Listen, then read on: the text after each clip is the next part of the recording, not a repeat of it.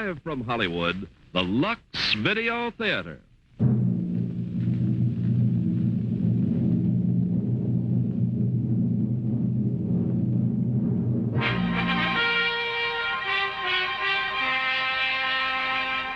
Lux presents Hollywood.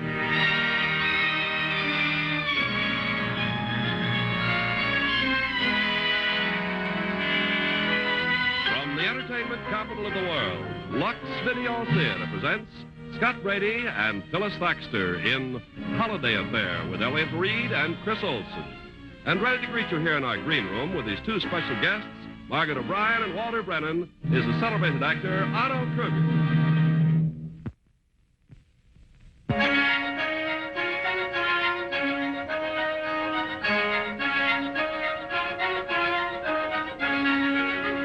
Lux Video Theater presents Phyllis Thaxter and Scott Brady in Act One of Holiday Affair with Elliott Reed and Chris Olson.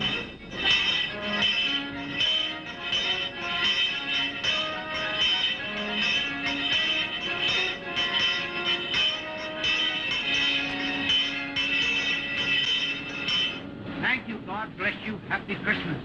Same to you. Merry Christmas.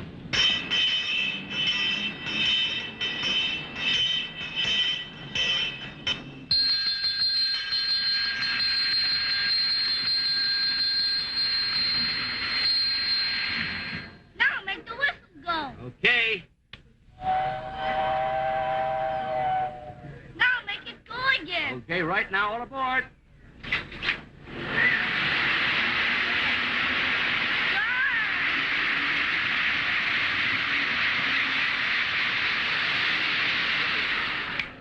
Any paying customers, Mr. Mason? I think they're pretty slack right now, Mr. Gow.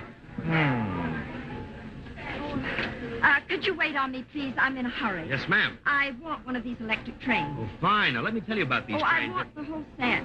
They're fast, they're safe, they're economical. Yes, I know. Hey, you know, you're not letting me earn my salary. There you go. Let's see now. That'll be... $89.50 plus tax. I have the correct amount right here. Yes, ma'am. Well, we sent it. Oh, I'll take it. And don't bother with any fancy wrappings. I'm going to rewrap it anyway. If you'll just give me a claim check, I'll pick it up at the call bureau. Yes, ma'am. I want to make a phone call. Yes, ma'am. Thank you very much. Pleasure. Come back again. Comparison shopper? Who knows? You'll know when she returns the trains. If she does, you're to report her at once. You know the rules, Mr. Mason. Yes, Mr. Gow, I know the rules.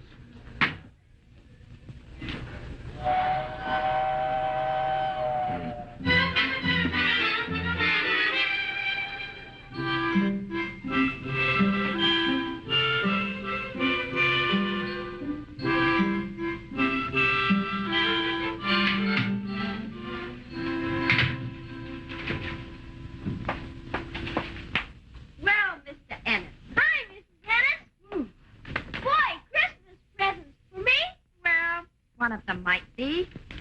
This big one? Big one? Oh, the trains. Trains? Boy, just what I've been hoping for. Oh, no, Timmy, they're not for you. They're for Fisher and Lewis, where I work. I buy them from competing stores, and then we check them over to make sure our competitors aren't underselling them. Oh, but you know all that anyway. Did Carl call? He said he'd be right over. Oh, well, then I'd better do something about dinner. Darling, I'm sorry. I know how much you want those trains, but we just can't afford them. Hey, my fella got a smile for me? That's better. Now you look just like your daddy. There's Carl. Scoot and wash up. And don't skip anything. Hi. Hi. How's my favorite working girl? Oh, late. I haven't even started dinner yet. Oh, well, I can't say anyway. Why not? Oh, I have to eat with a client. Last-minute stuff. We're taking his case into court tomorrow, and I want to brief him on what not to say. Oh, Carla, I'm sorry. Why? Because you won't have anyone to help you with the dishes? Well, you dry a pretty fine platter. And you wash a mighty fine plate. As a matter of fact, we're a pretty good team. Great. But, why limit it to the kitchen sink? Marry me, and I'll buy you a dishwasher. little French deal in a tight skirt. I know. Maybe I'm the one that should be briefed on what not to say. But it is a good idea, Connie. Carl, could you give me a little more time? You've had 2 years. Yes, I know. Oh, Connie. You and Timmy both need someone. He needs a father, and you... Well, you need someone to buy loud neckties for. I certainly bought Ted some buttes. I'd be happy to wear a necktie Carl, like... please, I promise you'll never have to ask me again. If it's yes, I'll ask you. I'll wait. But I sure hope the jury comes in soon. Bye, darling. See you tomorrow night. You bet.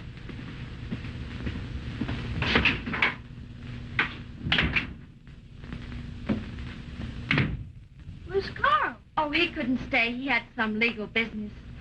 Timmy, honey, you like Carl, don't you? Sure, why not? Well, he asked me to marry him again. Are you going to? I might. Oh, look, it really could be wonderful. We could be a real family. Yeah, I guess so. Well, we'll talk about it. Are you ready for dinner, Miss Ennis? Sure, Mrs. Ennis. If you marry him, you won't be Mrs. Ennis anymore. It's late. I better get dinner on.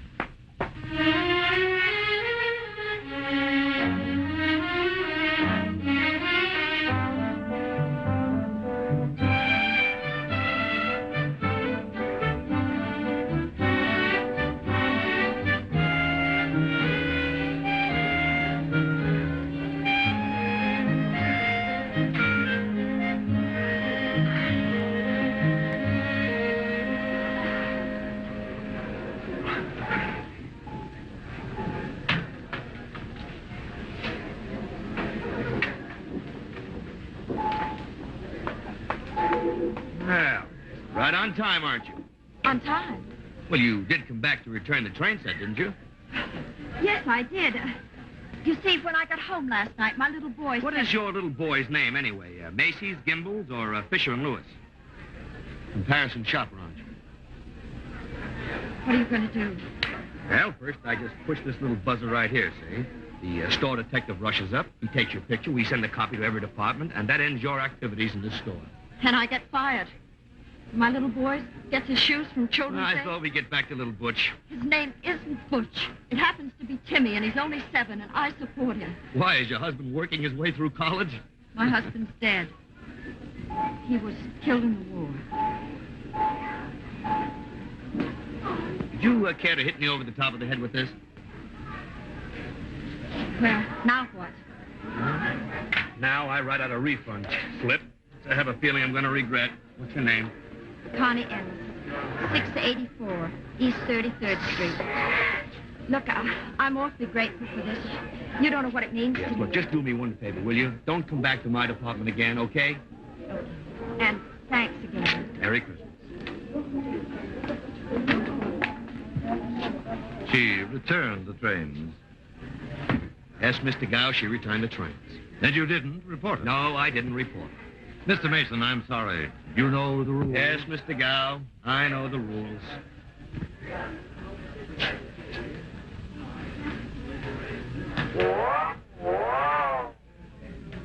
Yes? You advertised a union suit, ribbed cotton, fleece line, long sleeves. Darling, you remember. Let's see, your husband should take, you want a 40. Oh, no, I want a 54. A 54? If my wife says 54, it's 54. Hey, what do you mean 54? Fisher and Lewis want to test it for shrinkage. Are you allowed to leave your department? You are if you're fired.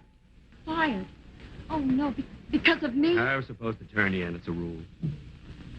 How did they find out? Little floor walkers have big ears. I'm sorry. Right before Christmas time. Is there anything I can do? Well, when I was a working man, I used to eat with the boys, but now I understand. I'll buy you lunch. That's not what I meant at all. And then I'll buy yours. Ma'am, size 54, are you sure? Yes, I'm sure. Yes, you see, I like them loose.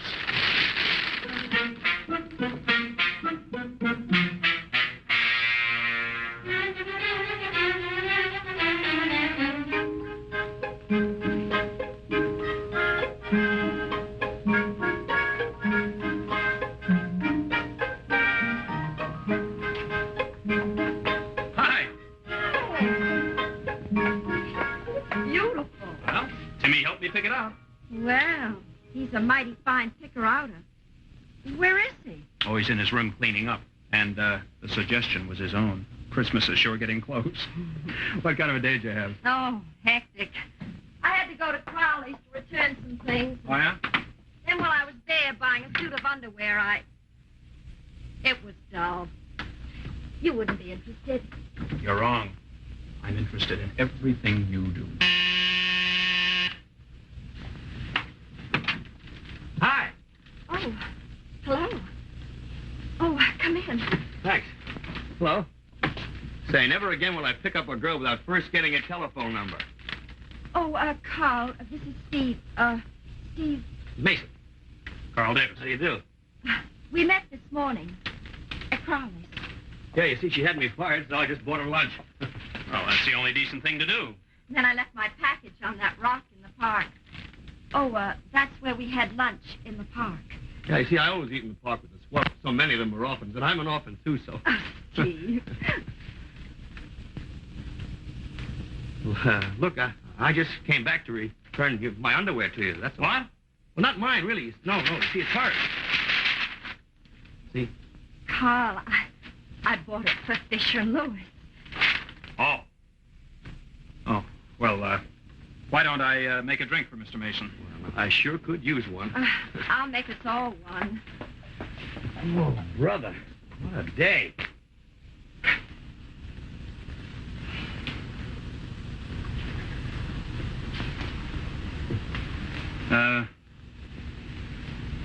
So we might have a white Christmas.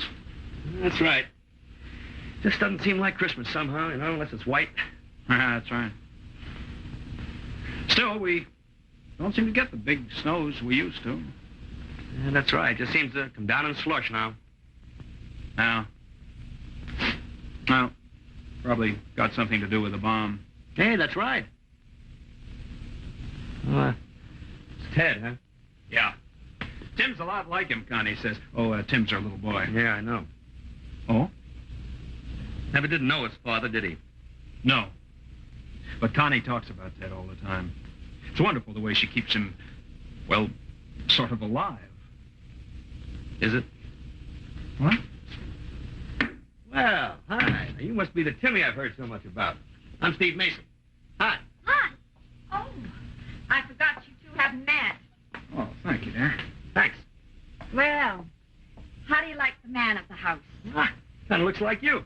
Nonsense. He's the image of his father. It could be. You work with Carl? Me? Oh, no, Timmy. See, well, at the moment I'm, what I'd like to do is build boats. Boats? Uh-huh. Sailboats. I'm buying into a little boatyard out in San Pedro, California. I send him every penny I can save. When you get enough pennies, Hey, are you going Timmy, stop pestering Mr. Mason. I'm not pestering, Mom. Now, Timmy, if your mother says But that... gosh, I'm not pestering. I'm just asking some questions, that's all. Now, Timmy, we don't want to have a scene, do we? Not just before Christmas, not with all those presents coming up.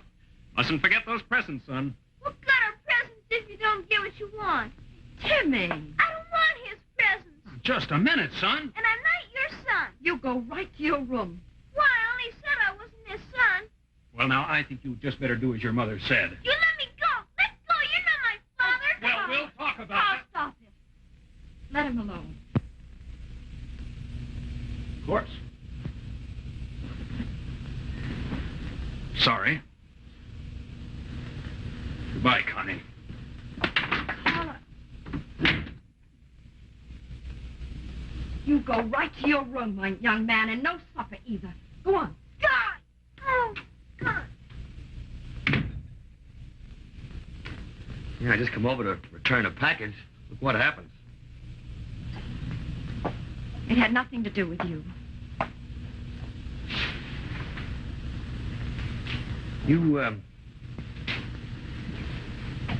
You didn't tell Carl about me, did you? No, it wasn't important. Maybe you're not telling him about me made it seem important. Maybe he was saying hands off to me by taking over with Timmy. Maybe that's why Timmy flared up. No. No, it was the train, that electric train. He thought I brought it for him. Well, I explained. I told him he had no right to expect it. Why shouldn't he expect a train? Because I can't afford it. Can't Carl afford it? I don't want Carl to buy it for him. Oh, no. No, that would end it all, wouldn't it? That would sort of move Carl into the family. That would end things the way they've always been, and you don't want that, do you, Connie? I don't know what you're talking about. I do. I knew it in the park this afternoon. No, we talked for almost an hour, Connie. And what did you tell me about yourself? Nothing. All you talked about was your husband, Ted, the way things used to be. That's what I mean, Connie. You don't want to change. You want the status quo, and if you can't have Ted, you'll make Timmy do. You must be out of your mind. Well, you call him the man of the house, pretend that he looks like his father. Even comb his hair the same way. Connie, you can't live with ghosts. You know everything, don't you? You talk to a girl for an hour in the park and you know everything? Well, put this in your teacup, mister. I'm going to marry Carl. I'm going to tell him so tonight. Okay, I can take a hint.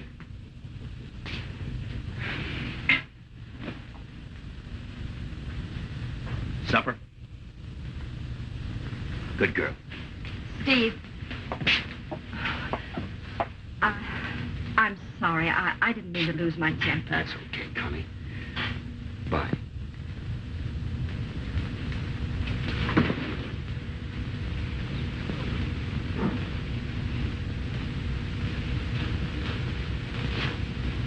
Merry Christmas.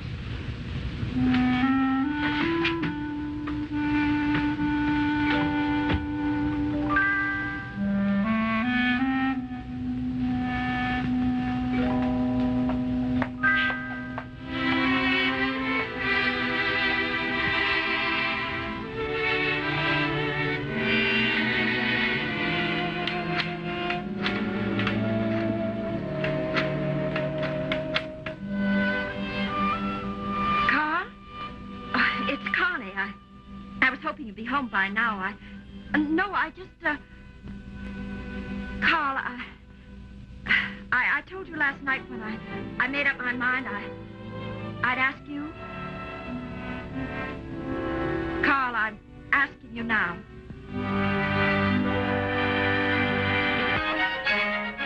Lux Video Theater presents Scott Brady and Phyllis Thaxter in Act 2 of Holiday Affair with Elliott Reed and Chris Olson.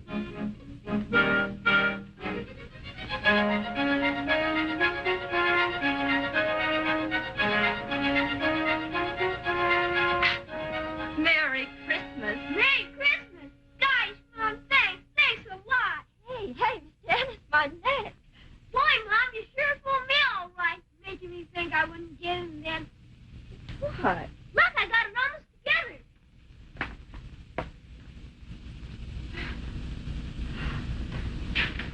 Dear Timmy, this whistled at me as I passed by and said it wanted you for Christmas, Santa. Well, I guess it's from Santa Claus. Oh, Mom, Merry Christmas, Santa Claus. No, Timmy, I didn't get you the train. You didn't? No. Carl? No, I'm sure it wasn't Carl. Then who? Well, only one other person knew you wanted the train for Christmas. Steve. Mr. Mason. I knew it, Mom. Just that one time I knew he was swell. Mm-hmm. Yeah, but how am I going to thank him? I'll see if I can get him on the telephone. You sure you know where he lives? Well, he happened to mention it the other day. You know, Mom, he's so nice and all. I think we should get him a present, too. Oh, we can't. All the stores are closed today.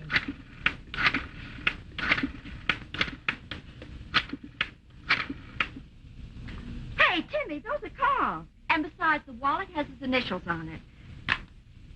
And the key ring, too. Not on the tie. Well, Beaumont Hotel. Mr. Steve Mason, please.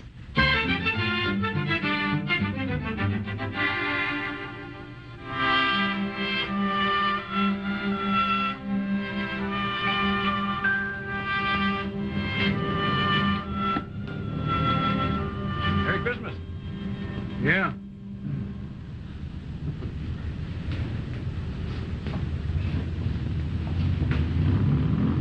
Merry Christmas. Well, hi. Where's Timmy? He's with his grandparents, my husband's mother and father. Yeah, I checked out of my hotel. How did you find me? Well, the hotel clerk told me you were going to have Christmas dinner with an orphan. No, thanks. Okay, next question. Why'd you find me? Well, believe me, it wasn't because Timmy sent you a Christmas present. For me? Wow. Hey, Mac. Me? Yeah. Now, no real gentleman ever appears in public without a tie. And Merry Christmas. Thanks. Say, this really is Christmas. And many of them. Same to you. What a kid. Hey, whatever made him do it? Whatever made you get in that train? Oh, well, he wanted it, and I wanted to. Steve, you can't afford it. I want to pay you back. I'll give some of it to you now. No, sorry. This is personal, strictly between us men. Besides, I'm loaded. Of course. That's why you checked out of your hotel room? Oh, that. Well, I thought I'd take a cheaper place. Just for the week I'll be here. Oh, are you leaving town? Huh? San Pedro. You know that little boat yacht I told you about? I'm tired of trying to buy into it, so I thought I'd, go out there and work into it. Maybe I'll be able to make enough to buy a wedding present. That is, if there's going to be a wedding. Yes, there's going to be a wedding. New Year's Day. Finally, talked you into it, huh?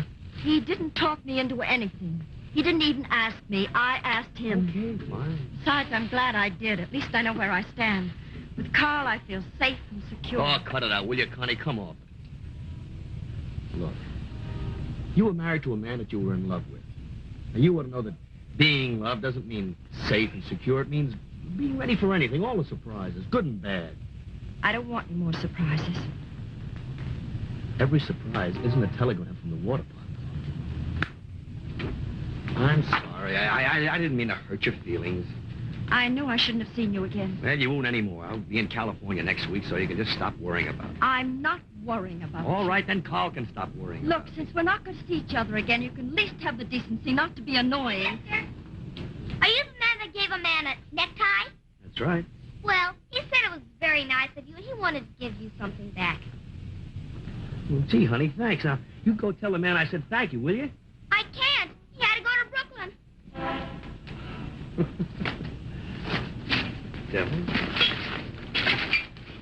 Salt and pepper shakers. Just what I needed. No, honey, bye. Have a nice, safe, secure life.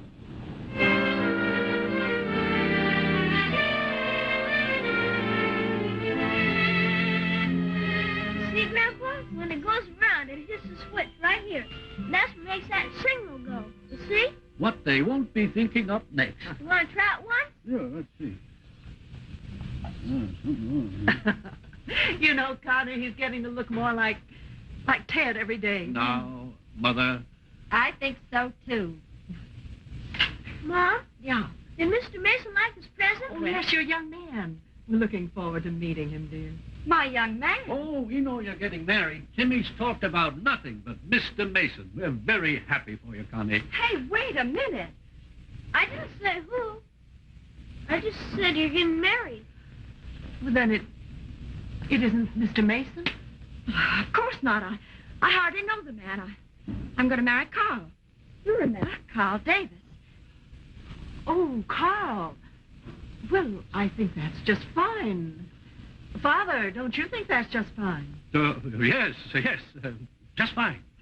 As a matter of fact, I'm never going to see Mr. Mason again. He's going away. Going away? Yes, dear. He's going to California to build boats. So why don't we just forget about Mr. Mason? That must be Carl. Oh, How you doing, ma'am? I'm looking for Mrs. Ennis. Oh, I'm Mrs. Ennis. Oh, excuse me. Are you the Mrs. Ennis that was sitting on a park bench this morning? If you were? That's me.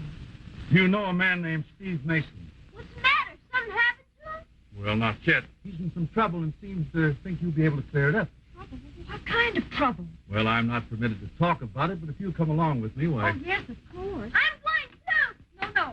No. Timmy, you can't. I got him. My friend, isn't he? All right. Oh, Carl. Mother Ennis, when Carl gets here, tell him to pick us up at the police station.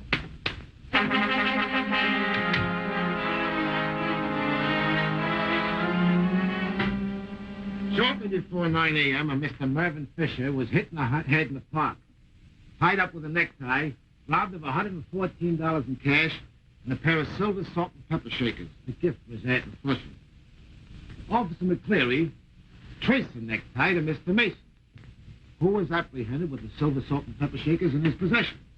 Being jobless, homeless, and about to leave... Excuse me, sir, that homeless part is wrong there. I have a room, 818 West 33rd Street. Room? Over there, they got nothing but rat holes. Well, I wish you'd tell that to my landlady. The phone number is circle 53599. But you are leaving town. Yes, as soon as I can. Of course. Now, Sergeant, I'm a lawyer. Well, that's fine. When we need one, we'll call you. And I'll call you when I need a funny cop. I'm defending this man, Sergeant. With your permission, Mason. With my gratitude, Mr. Davis, but probably no fee. Now, Sergeant, why isn't this Mervyn Fisher here to identify the suspect? Because he didn't see who hit him. And besides, he was late for dinner in Flushing. Furthermore, did Mr. Mason have the stolen money on him? No, but that doesn't mean he couldn't have. Excuse me, but I think I can clear this whole thing up. Please do, ma'am. If Clarence Darrow doesn't object. Well, you see, I was with Mr. Mason in the park this morning, and he gave his tie to a man, a hobo, and then later on, a little girl with a balloon on top of her head came back with a present from the hobo. The salt and pepper shakers. A little girl with a balloon on her head? That's rich. That part of it's right, Sarge. She did have a balloon on her head. McCleary, when did you have your last fitness exam? Oh, Would you tell me, would you tell all of us, if a complaint has been lodged against Mr. Mason? What's he got to do with the case anyway? He's my fiancé. Listen, he's my lawyer. Your fiancé? Then what are you doing in the park with this guy on Christmas morning? That has nothing to do with the case. Oh, no? You see, early this morning, an electric train arrived for my son Timmy from Mr. Mason.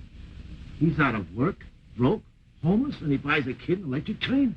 Well, he's only been out of work a few days. Oh, yes, just since she had me fired. You had him fired and he buys your kid an electric train? Why? Allow me. Look, Sergeant, it's Christmas. I wanted to buy someone a present, and I just didn't know anybody else in New York. Is that why you gave the hobo your necktie? Well, no, that was because I had just given him a new tie. You see, when the train arrived for Timmy this morning, he wanted to give Mr. Mason a present. Where were you able to buy a necktie at 8 o'clock Christmas morning? Oh, she had a tie under the tree. It's one of the presents she had from Carl. Oh, I see. Your fiancé's necktie. You see, it was Timmy's on. Yes, I see. A guy without a job, without a decent bed to sleep in, spends practically all of his money to buy an electric train for a kid he hardly knows. Gives a hobo a present in the park, gets a present from a little girl with a balloon in her hat, because he's wearing a necktie that's engaged to his lawyer. You want to know what I think?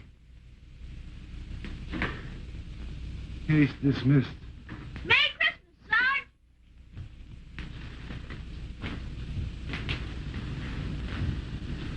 McCleary. I want to talk to you. Then the mother of the little boy shook her head and said, "Johnny, if you eat one more sliver of turkey, you'll burst." And Johnny said, "Okay, Mom, pass the turkey and get out of my way." More turkey, darling. Not me. Oh, Father, you've had 3. 4, and I can use them. I need strength. I'm going to make a speech. Oh, no. Well, good. To you, Mother, and the 35 years you tried to prove I couldn't get along without you, which I couldn't. For 35 years, all of them good, even the bad ones, because you were with me. Carl, you just be as happy with Connie as I've been with Mother. It's over. No, that is not all. I have a brief statement to make. Good. Well, this is the happiest Christmas of my life. And it's only the beginning. I've never had a family of my own. From now on, I'm going to have a wife and a son. And, if Connie will let me share them, a wonderful mother and father-in-law. And, Steve, we wish you luck in your new job in California. And we're glad that you're not spending Christmas alone, but that you're sharing our dinner with us. Yeah! Thank you. Oh. No, Steve's turn. Oh, no. Sure. Come on, Oh, Steve, you must have something to say. I really hadn't planned to say anything, Connie. Okay, you asked for it. Well, first of all, I'd like to say that I think that Carl here is just about one of the nicest fellas I could ever hope to meet. Well, But I think that you ought to marry me. Father, why don't we go get the coffee and the dessert? I'm sorry, Mrs. Ennis, but I really don't think anybody wants it just now, dear. Now, maybe you think it's wrong of me to speak in front of Timmy this way, but I don't see how it can harm the boy to know that two men like his mother, and maybe it's in bad taste to speak in front of Carl. But would it be better I sneaked around and tried to get Connie behind the kitchen stove? I don't think so. And if this is biting the hand that fed me, well, look at my problem. Well, I've walked out of Connie's life a couple of times now, and each time something brings me back. A forgotten package, a train, a cop. Accidents. I'm afraid I can't keep counting on accidents. Besides, I believe that when a man is in love with a girl, he's got the right to ask her to marry him. Any girl. Anybody's girl. Well, what do you say, Connie? I think you better get your hat and coat.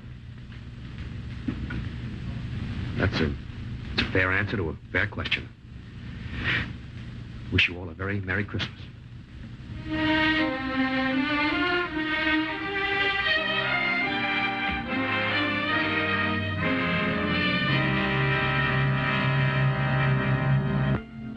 Lux Video Theater presents Phyllis Thaxter and Scott Brady in Act 3 of Holiday Affair with Elliot Reed and Chris Olson.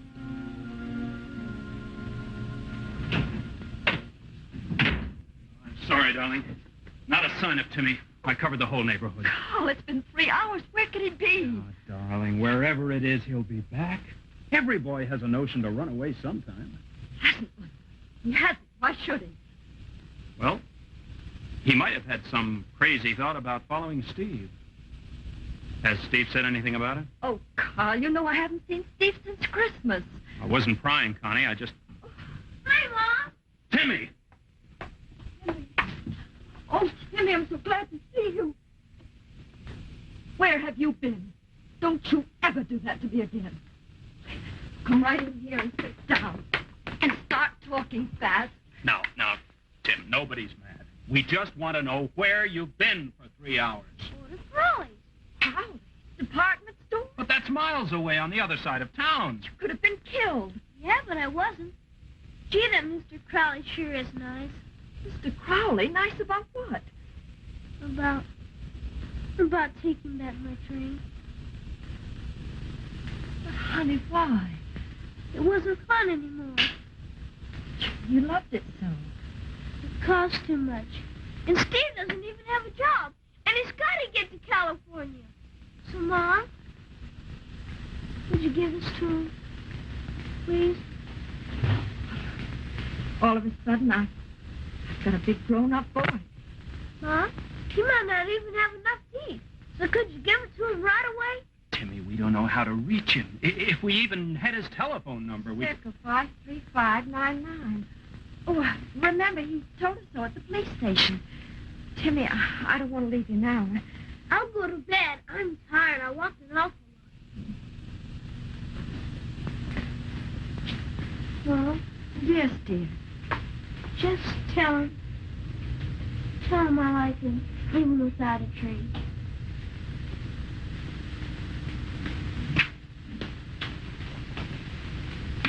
may have to buy him a box of cigars.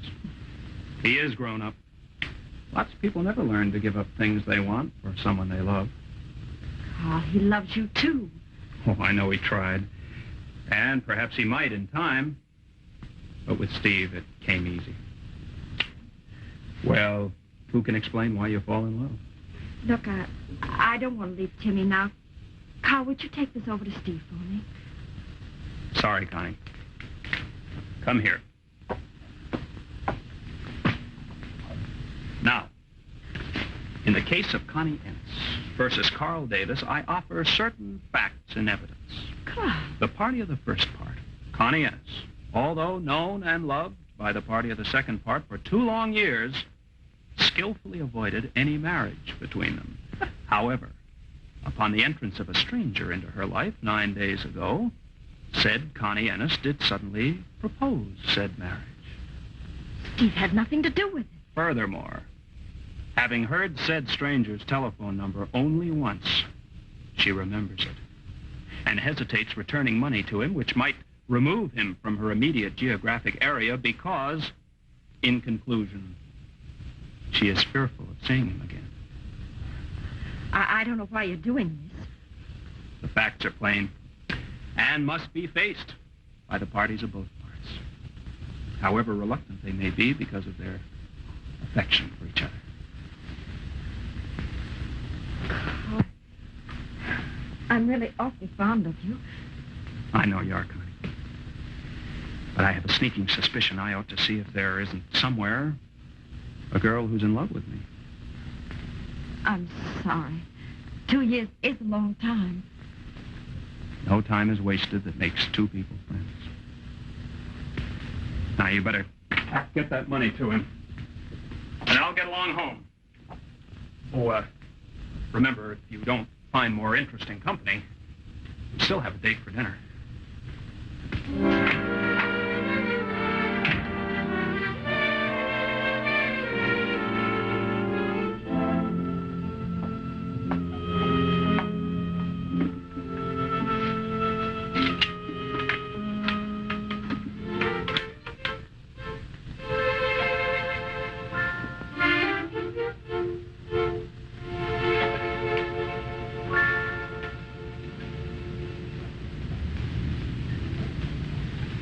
Hi. Would you ever go home? Sure, but I come back again.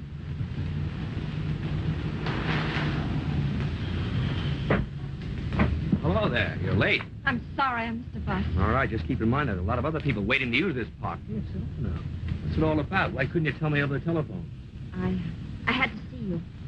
I have quite a bit of money that belongs to you. Now, look, Connie, we've played this scene before. You didn't have to get me all the way down here just It's to... from Timmy. He took the train back all by him. You did? Why? Because he knows you need the money. And this is his way of telling you he loves you. What a kid. I guess this seems to start the new year off right for all of us. Timmy starts off with a good deed. I start for California. You and Carl start along and... Carl and I aren't starting anything. We're not getting married. Guess that's sort of my cue to step in, huh? I'm not going to, Connie. Nobody asked you to. Wouldn't you like to know why? Well, I'll tell you anyway, even though you've heard it before. You don't want to be in love, Connie. You just want to be safe, not take any chances. You're afraid you might get hurt again. Sure. That's why you tried to keep your husband alive, because you felt that as long as he was alive, no one else could ever hurt you. You know, this isn't just 2 men and a girl. It's 2 men and a girl and a shadow. And I can't fight a shadow, Connie. It's too tough. Well, you were even going to settle Carl, a nice guy, but someone you didn't love, so you wouldn't feel that you were being unfaithful. You're so smug, aren't you? You're so smug and so wrong. Just because I have a memory. No, Connie, no. Nobody wants to rob you of anything. But listen, when you try to keep someone alive who's dead, you die a little yourself. And I don't want a girl who's just... All right. You know everything. You're a fortune teller. You see into the soul. Mrs. Status Quo, that's me. No, just Timmy and me. I want a girl who'll drop everything and run to me, who'll love me enough to take all the surprises. Goodbye, Steve. You and I are always saying goodbye, aren't we? No, you've always said goodbye. This time I'm saying it.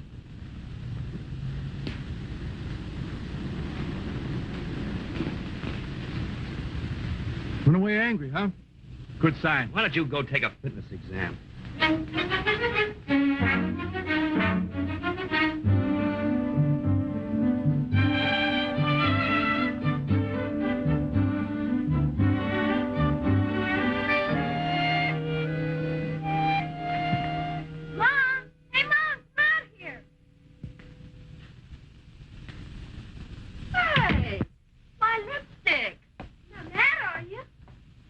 No, not really. You know, your printing's improving. Here, now stand still. What are you doing? Oh, just combing your hair differently. You know, that's not bad. But you always said that... We don't always have to do everything like your daddy. He was he, and you're you.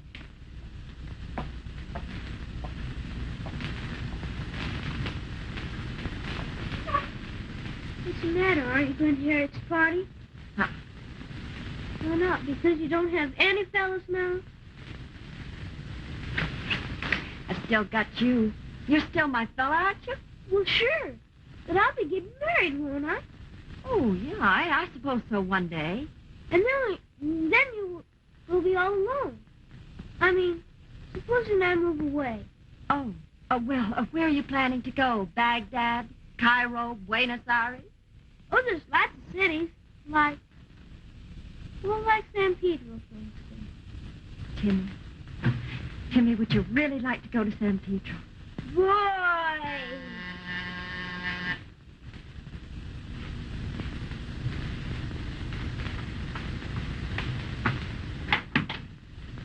Oh, Steve! Hi, Timmy. Steve. Hi. My landlady gave me a message when I got in, said it was very important, so I hustled right over. What are you talking about? What message? Your message to come over as soon as I could. My message? Well, that's crazy. I didn't call you. You didn't? Who did? Excuse me. I gotta go brush my teeth.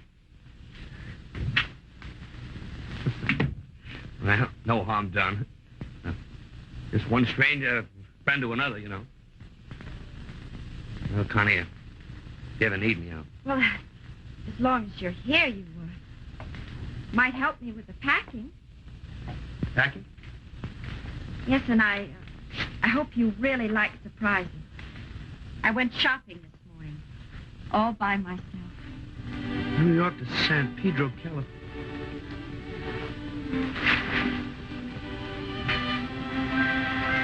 Happy New Year.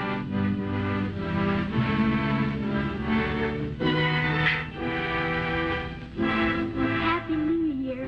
Happy New Year.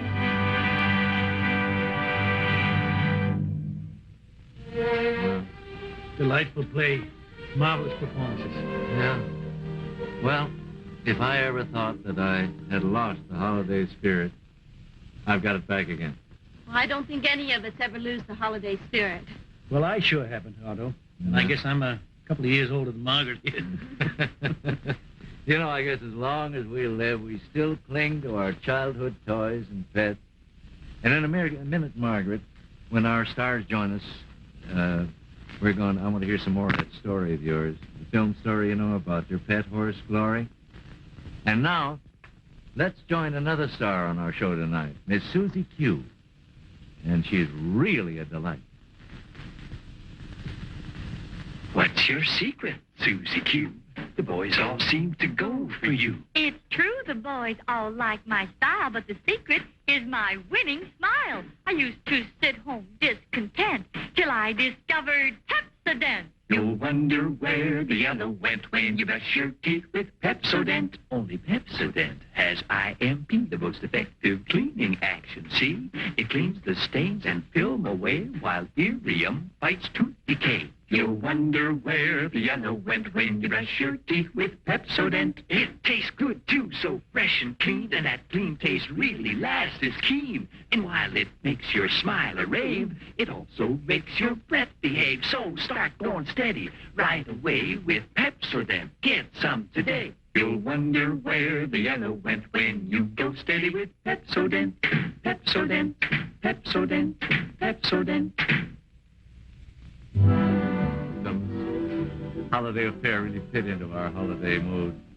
And everyone was just did an excellent job. Well, it's always exciting to do a Lux show. Well, you're one of our favorite Lux girls, you know. Well, I don't know about that, Otto, but I do know that Lux is my favorite soap. As a matter of fact, it's the only soap in our house.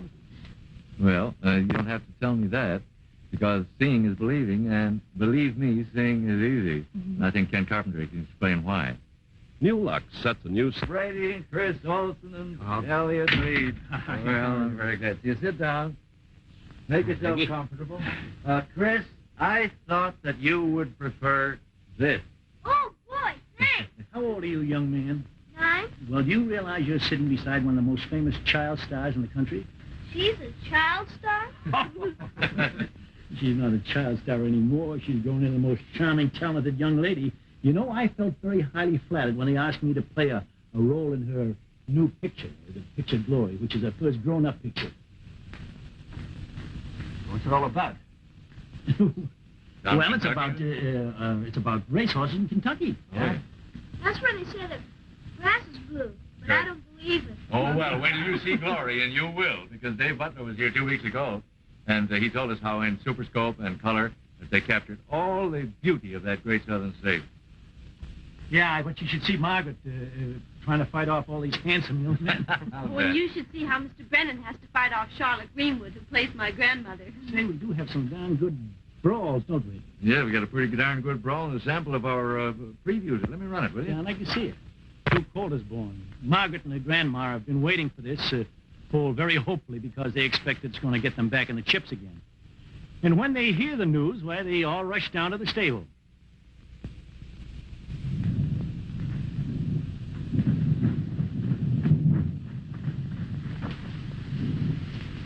Well, he beat you to the wire, Doc. It sure did. Oh. Everything all right, Alexander? I think so. It was a normal presentation, Miss Tilden. He's a darling. Sure is, Clarabelle, but you get the sex wrong. What you got here is not a colt, but a real nice filly. Philly? Did I hear Philly? And from Ned Otis? You heard me. And a good one, too. She couldn't be good if you had anything to do with it. Good thing you happened along, Ned. You're beautiful. You're the most beautiful foal in the world. Do you know that, huh? Sure you do. Philly, you did this to me, you old buzzard. But, Miss Tildy, ain't you giving me a little too much credit? You come along and put the hex on me tonight just like you did 15 years ago. Ain't you never gonna quit blaming me for something that was all your fault? Now, why don't you two forget all that and let yourselves cool out? My fault, he says. There was my poor husband in bed stricken. Me in the throes of despair. It's my fault I didn't enter getaway in the Kentucky Derby. But you said you'd enter him. You were Major Tilby's so-called trainer. It was your business to attend to it. Sure it was, but you kept poking your nose into my business. Nobody but you could enter getaway. It's just like you, Mr. Otis, to blame a helpless female. You lost us a Derby winner. Getaway could have won easy that year. Very rightly could. If you have sense enough to know you gotta enter a horse before he can run. Look, Graham, look. She's getting up. Come on. Try something. There. You can make it. Isn't she wonderful? You know, she's so beautiful, we ought to name her something special. That's right, Miss Clarabelle. She rates the special name. I know. We'll call her Glory. Like it? That's a good name for her, Glory. Well, I've seen the picture, and I know what happens to that beautiful little filly. Yeah. You kind of settled that Kentucky Derby feud, but it takes a bit of doing. Yeah. Well, go and see Glory, ladies and gentlemen. Starring Margaret O'Brien, Walter Brennan, and Charlotte Greenwood. And it's an RKO release, and it's well worth seeing. You take my word. You can also take the word of this glamorous Hollywood star. Have you tried new Lux soap? It sets a new standard of complexion care that no other soap can match. Lux, the most popular beauty soap in the whole wide world, now comes to you wrapped, sealed, and protected in new gold foil. New Lux, sealed in gold, to give you the fresh, glowing complexion that's so typical of today's most popular Hollywood stars. Like Jan Sterling here. She's beautiful, and her complexion is too. But you don't have to be a movie star to have a movie star's complexion. That's the beauty of new Lux. Your skin can be young-looking, radiant, alive, glowing. Lux Care can do for you what it does for Jan Sterling and 9 out of 10 Hollywood stars. There's a wonderful difference in new Lux. You'll smell the difference. An enchanting new Lux fragrance, as carefully protected as the finest of French perfumes. You'll see the difference in new Lux. See its dazzling whiteness. You'll love the way your skin looks when you use Lux regularly. New Lux in Reynolds Gold Foil is a fabulous improvement over toilet soaps wrapped in ordinary paper. Get new Lux in Gold Foil tomorrow. Now in stores everywhere. Say, Otto. Yeah? The big winners of the third Lucky Lever $100,000 sweepstakes were announced this week. Oh, yeah, so I was told. Well, who won the $25,000 first prize? Now, the first prize was won by Miss Ramona Mitchell of Dodge City, Kansas. Wonderful. And the $5,000 second prize was won by Mrs. William Conray of Louisville, Kentucky. Oh, to fill up their Christmas stockings. I should say. And, well, from Video Theater to both of those ladies, hearty congratulations. Our congratulations to all the other winners, too. $100,000 worth of prizes went out, you know. Say, Otto. Yeah. RKO's night song. What kind of a card is this? Oh, these are the Christmas presents for our audience for next year. Oh. Yeah, these are the fine motion pictures that you'll see on Lux Video Theater on every Thursday night in the few weeks to follow. Now, for instance, here is UA's Witness to Murder. Here is Universal's Hired Wife. Here's Warner Brothers, The Unfaithful. The Star, The Steel Trap. And here's Paramount's Hands Across the Table. Boy, what a list of great stories. Yeah. Well, which one of these stories are you going to have on next week, Otto? Oh, that's over here. That's called Cover Up, and that stars William Bendix and Steve Brody with Jan Howard. Will Bendix will play the part, ladies and gentlemen, she created in the picture. And we know this is going to be, well, a fine way to start the new year. And we also have another preview of the week for you, and our special guest will be Diana Douglas. It's nice being with you. And now on behalf of all of us, this is Otto Kruger, wishing you a very Merry Christmas and saying good night to you from Hollywood.